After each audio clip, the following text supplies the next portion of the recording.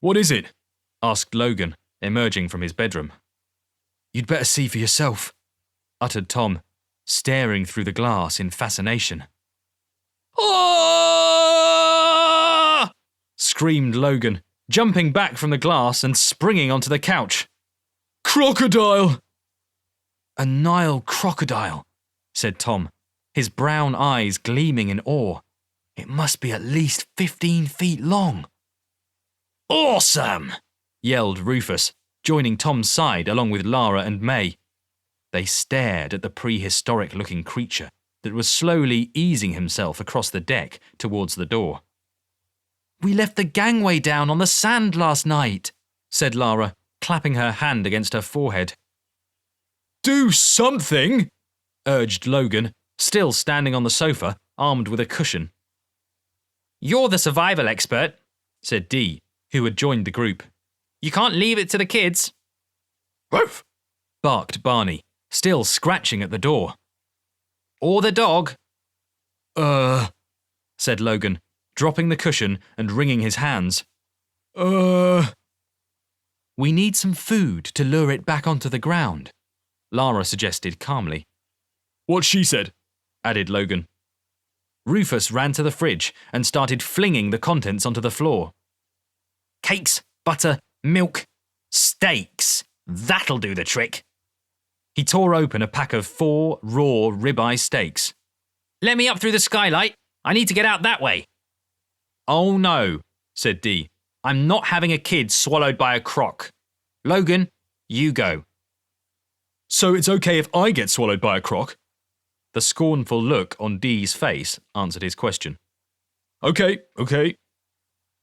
Logan nervously snatched the pack of steaks from Rufus's hand and hauled himself up through the skylight. He shuffled slowly towards the edge of the roof, stumbled, and slipped to the ground. Don't drop the steaks, ordered Lara from the window. Getting up and breathing heavily, Logan quickly flung a steak out of the packet with a shaky hand. It landed into the river with a plop. That was awful, yelled Rufus. Do better, spat May. Stop yelling at me, replied Logan. Taking a deep breath, he flung another steak. It landed straight into the mouth of the crocodile, who received it with a quick snap of his jaws. Before Logan had to face the pressure of throwing the third steak, he felt a firm hand grasp his shaking forearm. I'll have a go, said Tom gently. He took the 2 steaks and flung one of them onto the bottom of the gangway with ease. He's not moving, whispered Logan, clutching Tom's shoulder. After a few tense moments, the crocodile turned and heaved his large body down the gangway. Once he had neared the bottom and gulped down the steak, Tom launched the last steak onto the sand, as far away as he could. To everyone's relief, the crocodile continued hulking his mass onto the sand, away from the boat. Logan and Tom jumped down from the roof and lifted the gangway up from the ground. Dee, Rufus and May hoisted up the anchor, whilst Lara started up the boat's engine. That was so cool, said Rufus, using Tom's phone to snap a few pictures of the crocodile as they sped away. We're past Girga now, said Lara, once they had left the crocodile far behind. So, once we come across more people, we should stop and talk to them. The river became less congested with boats the further they got away from the town of Girga, with farmland opening up again on the side of the riverbank.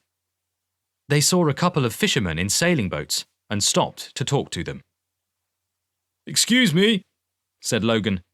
Do you know where we can find Ali? Which Ali? Said one of the men.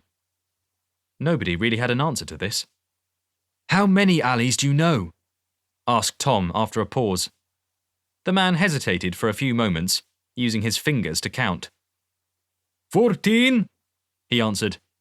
Everyone groaned. Wait, said Lara, pulling her father's letter out of her pocket and scanning the contents. Do any of them work with boats and carpentry? With wood? No, said the man flatly. Would you like to buy fish? They thanked him and politely declined the fish.